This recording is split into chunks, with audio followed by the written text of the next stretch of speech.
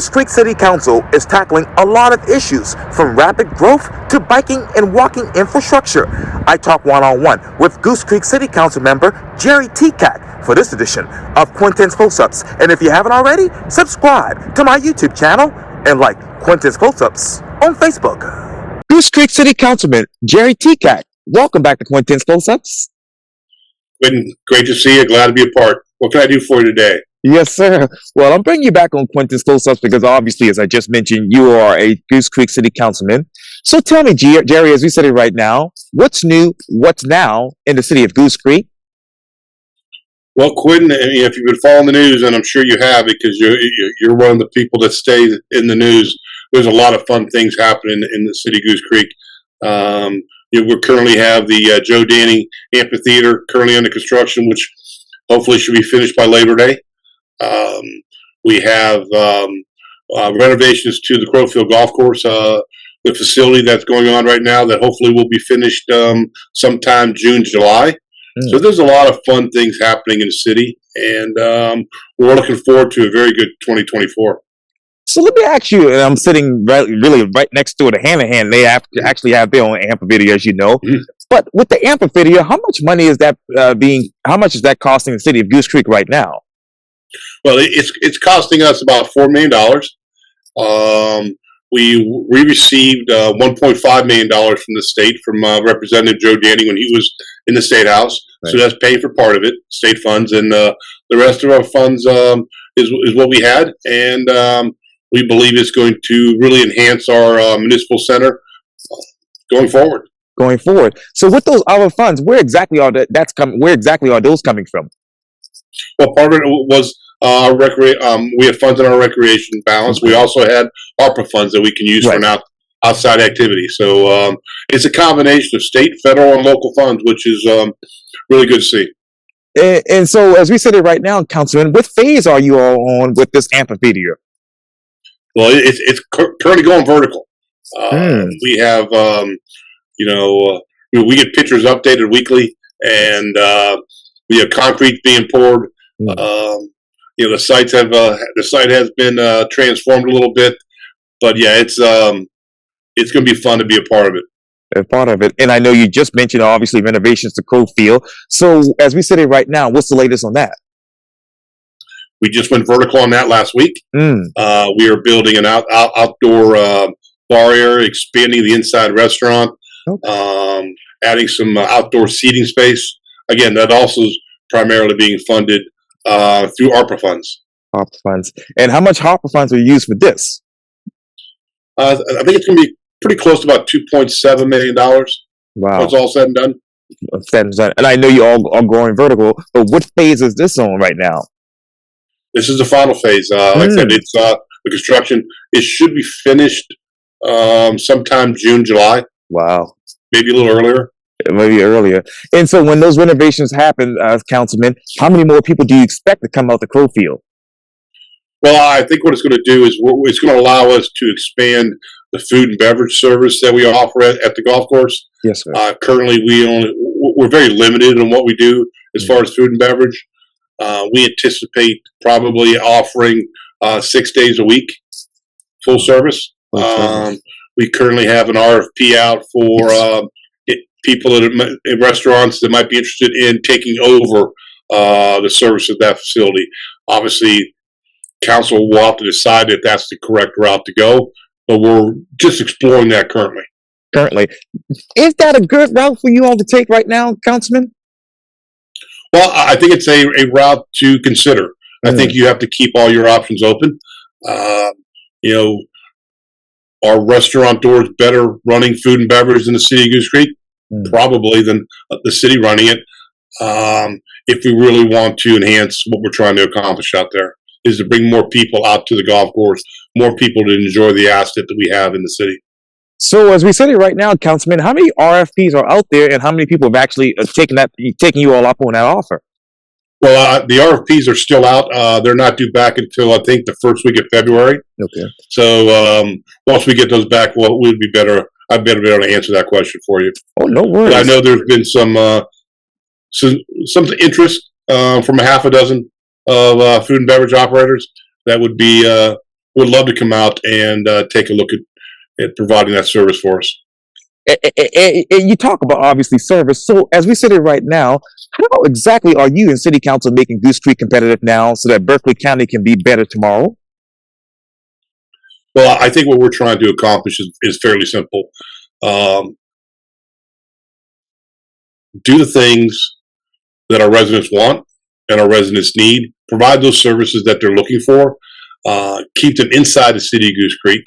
And I think if we do that and we can accomplish that, I think it helps the entire county. It'll help with traffic. It'll help with spending spending dollars inside the city of Goose Creek. So, there's a lot of things that are happening that will benefit not only the city but also the county and the region, region wide. So as we say right now, Councilman, how many residents have actually moved into the city of Goose Creek over the past year? Well, I think our residents, I think we're looking at a population base of about 47,000, 48,000, which puts us number 8 in the state. It's funny. I was on vacation with my family over the holidays, and you get into an Uber and they talk about, and the first thing they do is where you're from. And of course, my kids, we're from Charleston. I automatically say Goose Creek, and my kids go, "Dad, come on, nobody knows where Goose Creek is." And I'll sit there and say, "But yeah, they're going to ask where it is," and that's when I tell them. I'm very proud of where I live. I'm proud of who I represent. So I'm always answering Goose Creek. And with that population growth, Councilman, where exactly do you all see the traffic hotspots right now in the city of Goose Creek?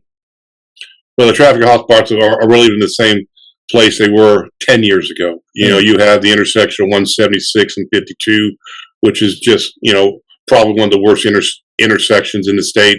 17A and St. James is starting to become a really hotbed with the hospital and the expansion of Carnes, not only on the residential side, but also the commercial side. The intersection of Montague Plantation at 52, which is currently under construction, that's a hot spot. Those are probably, if you're asking me, those are the 3 big choking points for the city right now. So what is the city of Goose Creek's infrastructure plan for those particular hotspots? Well, Quintin, as you know, the city doesn't involve itself with roads. Right. But we work with the county and we work with the state to try to alleviate traffic as best we can. And quite frankly, I believe, and I know the mayor believes, that if you provide the services inside the city, that it helps alleviate traffic. And I work downtown Charleston every day. Yes. As well as you well know, because we bump into each other on the street. But in a few short months, my office is going to be relocating to Carnes Crossroads. Wow. And so that's one less car that's going to be on St. James Boulevard at 7 a.m. in the morning. So if we are able to accomplish what we're trying to accomplish in the city by bringing more businesses that can support our residents, that will help not eliminate, but relieve traffic congestion. The more cars you get off the road at prime time, the better off you are. So, instead of me having to leave work at 6:30 or 6:45 in Goose Creek to get downtown, I can leave 45 minutes later and still be in the office at the same time I normally am. Yeah, absolutely. I'm going to reduce my commute from 55 minutes to a day to 5 minutes. One way. One way. So that's going to make me more productive. Oh, absolutely. And Councilman, what are those other services that you all want to bring to the city to keep the residents in the city? Well, if you had asked me that 6 years ago, we would sit there and say everybody wants restaurants. Yeah. Now everybody wants not only restaurants, they would like some new restaurants, but goods and services. Yes. We're looking to bring a full service hotel coming in the Carnes area. We have the Uptown District in Carnes that's currently being developed and it's under construction. It's gone vertical. That's going to bring doctors' office, lawyers' offices, restaurants, financial institutions. So those type of businesses we're trying to continue to bring in addition to what everybody wants as restaurants. And Councilman, let me ask you, how many more jobs in the next 3 to 4 years do you want to bring to Goose Creek?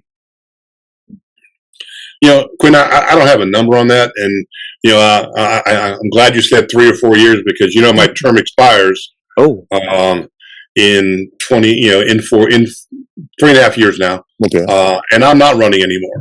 Oh, This will be completion of my 4th term, wow. and I believe that's enough. Mm, I announced after I won re-election a little over a year ago that this will be my last term, wow. and it really has been really liberating to know that I'm not running anymore. It really allows me to do the things I really want to do, and we have a lot of things we want to I want to accomplish in the next 3.5 years. Yeah, absolutely, absolutely. Well, that's news to me. Yeah, it surprised me there. Yeah. Okay. In the next 3 to 4 years, where do you see the pace of growth heading for the city of Goose Creek? Well, I think we're still on pace to be a place that people want to live. Mm, So residents are coming.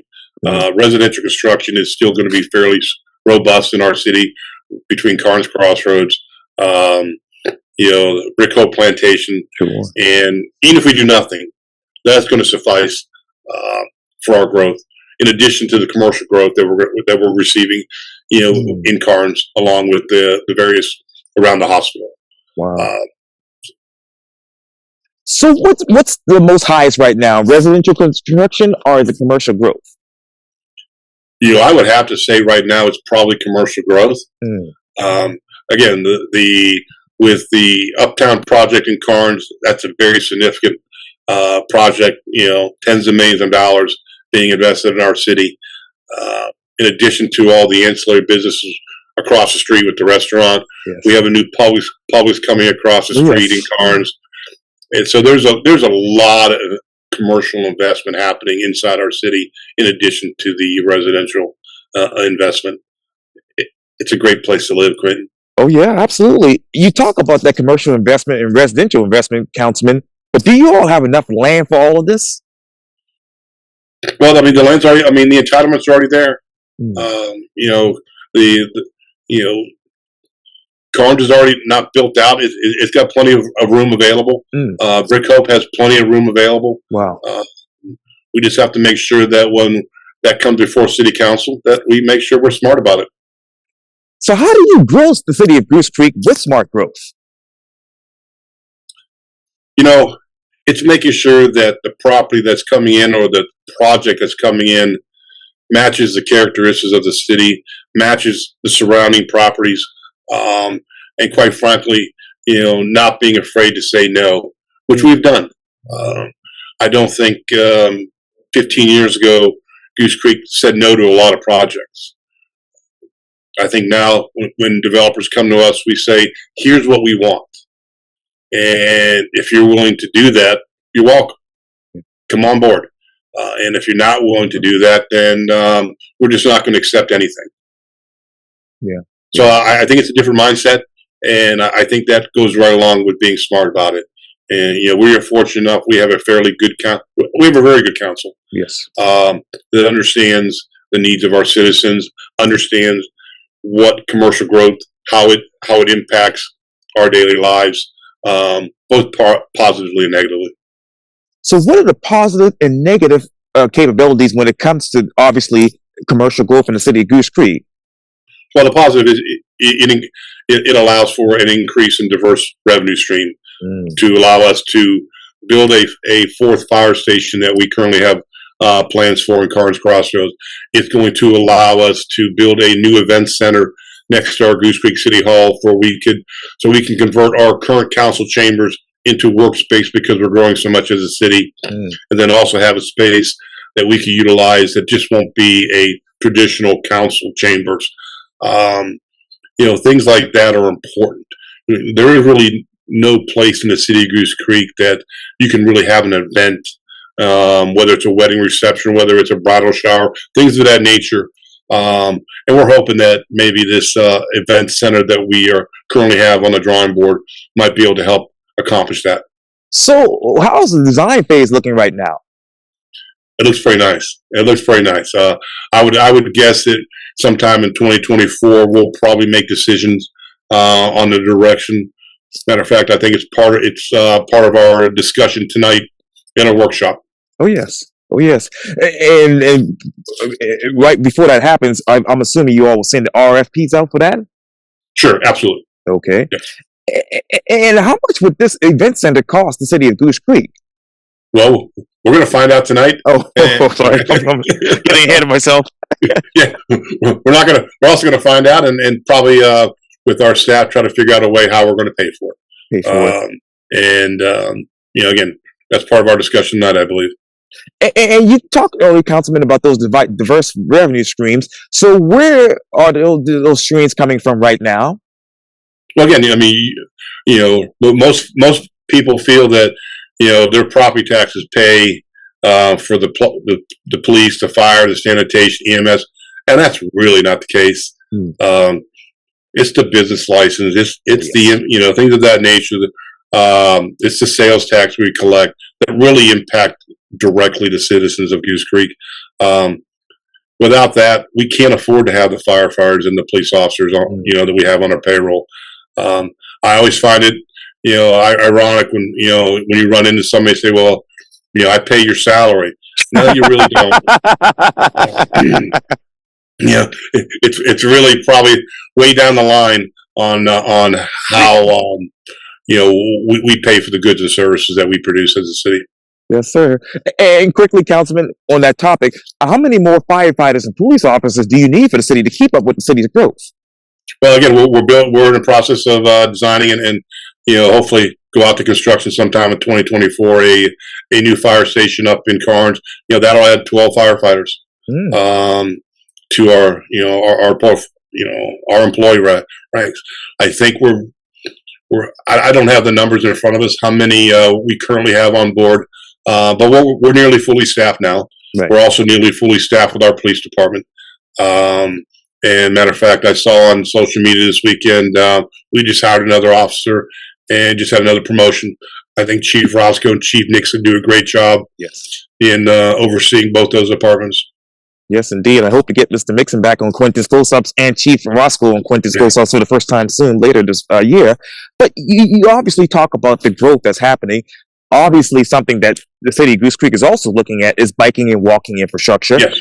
This is coming from WCSC. The city of Goose Creek is looking for residential feedback on walking and biking infrastructure. So what's the state of walking and biking right now in the city of Goose Creek? Well, Quintin, it really depends on where you live. With our newer subdivisions, as part of the design, we require a lot of that infrastructure. That's right. Whether it's a hiker, biker trails, sidewalks, things of that nature. Where we really have fallen short in some of our older subdivisions. That didn't have the same requirements back when those subdivisions were built.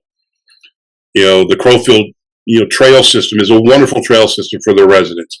We were working very hard to work on connectivity to the city because, again, when you have the amphitheater, when you have Central Creek Park, which we reopened recently, when you have some of the other things that we're trying to accomplish inside the city, people want to get there, and they want to get there from other means besides driving their vehicles. So, how do we accomplish that? When you're dissected by Highway 52 and St. James Boulevard, it's extremely difficult to get somebody to walk across those intersections. It's dangerous. Yes. But there are ways to try to mitigate that, and we're working on doing that. We reached out to our residents and to get their concerns, and most people want to be able to walk. Most people want to be able to bike, not only for exercise, but also to get downtown, to get to the grocery store, to get to the various parks. It's going to be a daunting task, particularly when you're dealing with the other side of 52, Liberty Hall. We just recently received a $64,000 grant for the federal government to try to work on. Right now, I think that intersection we're trying to see what we can do with is Button Hall and St. James. How do we get somebody from Pine View across into the Food Lion safely? Because that's what people are working on. Yes. I get my oil changed, at pit stop right there, right on St. James Avenue, and while a lot of times I'll walk to Alex's restaurant, which is only a block, and I know you're familiar with Goose Creek. It's rough walking down that sidewalk because you're so close. cars go so quickly. Yes, they do. So again, we just have to make sure and figure out a way to move people around the city more effectively. The intersection of 176, 52, and Red Bank Road, that's a tough one. We're controlled. We're restrained by the railroad tracks. Yes, sir. Ideally, another lane there would be great to allow two rows to cross onto St. James, which would help. I don't know what the ultimate answer is, but I know we're not going to stop trying to figure out a way to help. We're not going to be able to solve it.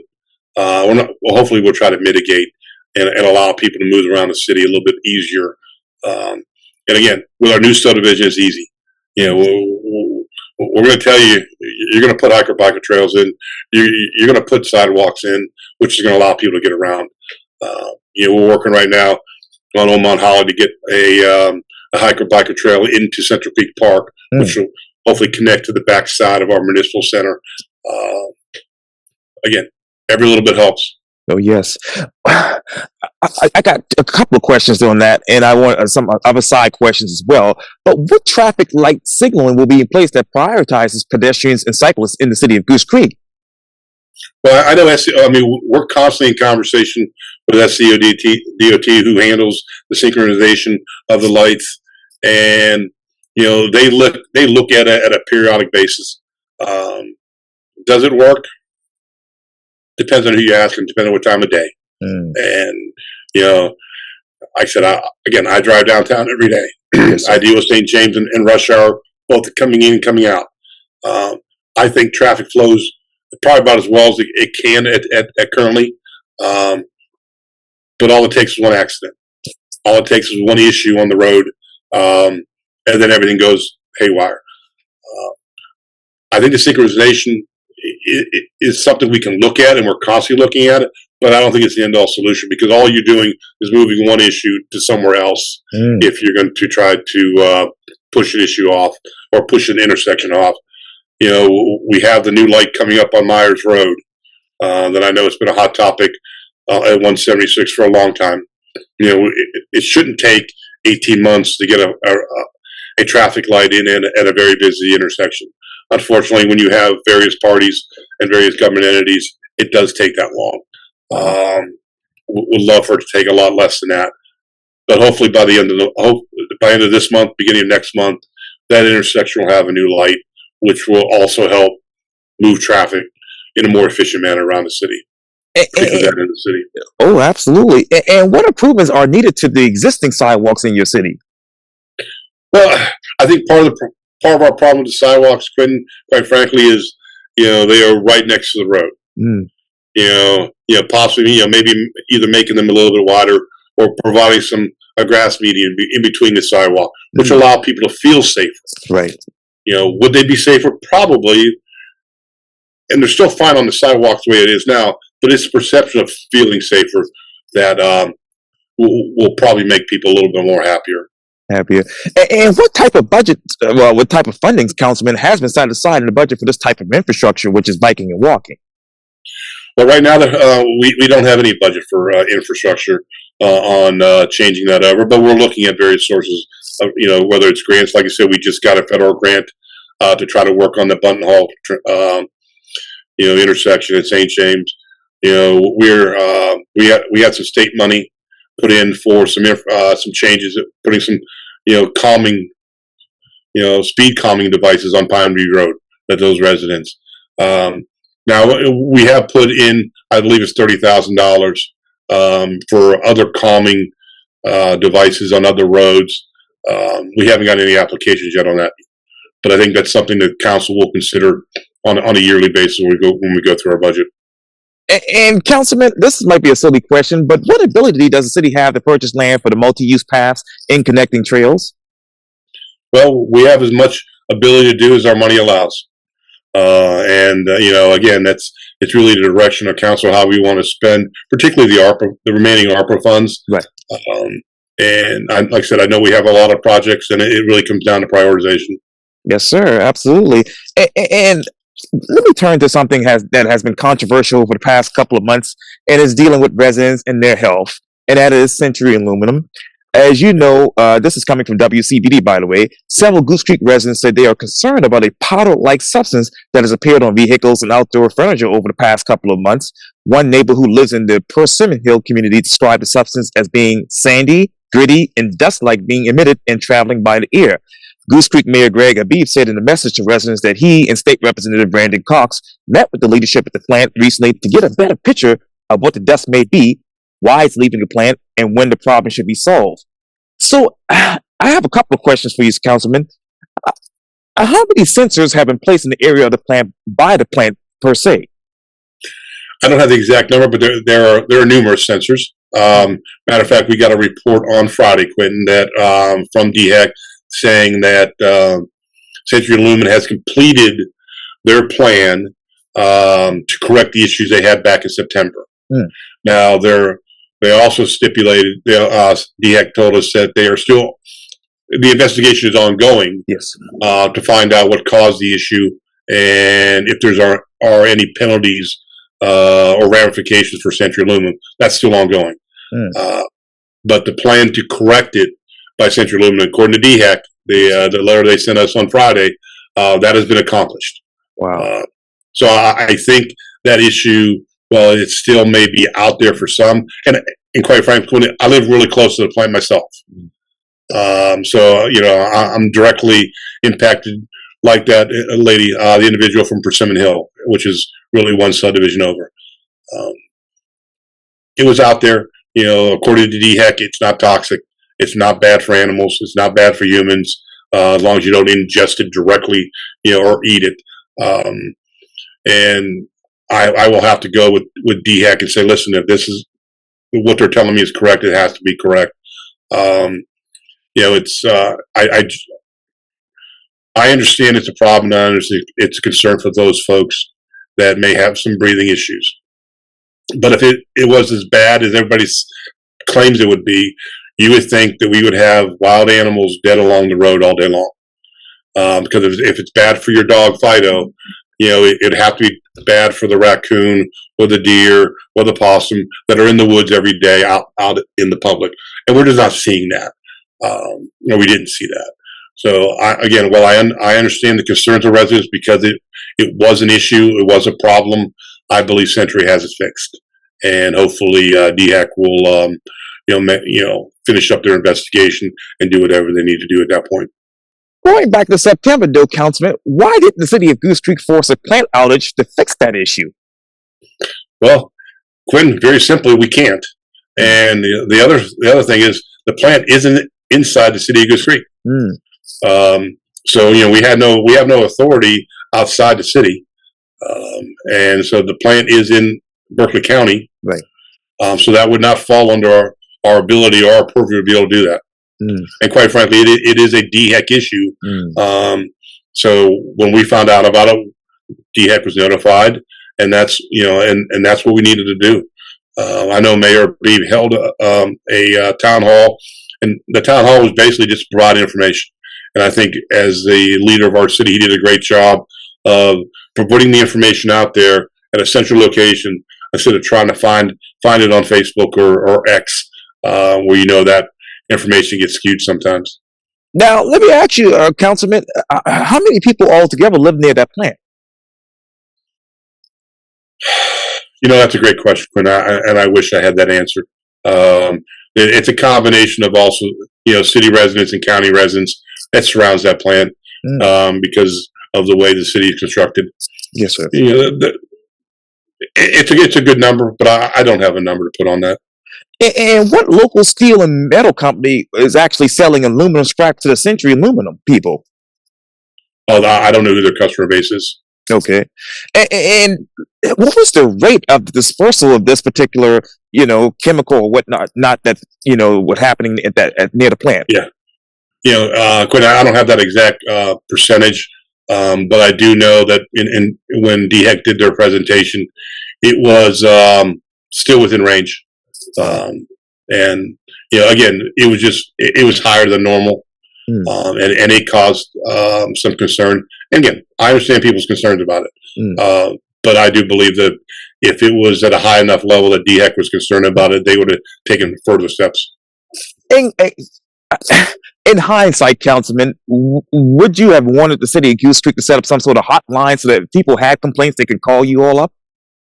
Well, Century Aluminum did set up a hotline, and they did set a complaint line, and they pledged to everybody who called and complained or had a comment, they would get back to them. And for the best of my understanding, they did.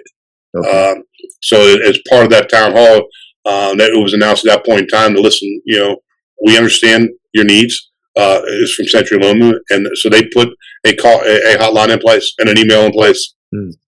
And if this were to, God forbid, happen in the future, what do you want Century Aluminum to do to prevent this from happening again? Obviously, we do not want it to happen again. I would think that, what I want Century Aluminum to do, is just like I want every other business in our city to do, is follow the proper regulations, the guidelines for that particular industry, that particular business. And, those guidelines and restrictions are established for a reason. Whether it's through DHEC, whether it's through, just like if you go to a restaurant, you want to see the A on the door, don't you? Yes. Those restrictions or those guidelines were put in place to provide the consumer an understanding of what this restaurant does. So again, I want our businesses to follow the guidelines provided for their industries. Goose Creek City Councilman Jerry Tekac, thank you so much for your time. And again, welcome back to Quintin's Close-Ups. Quintin, it's great talking to you again. Maybe one more time before I leave office. Oh, of course. Absolutely. Absolutely. Yes, sir. Thank you, sir. Thank you.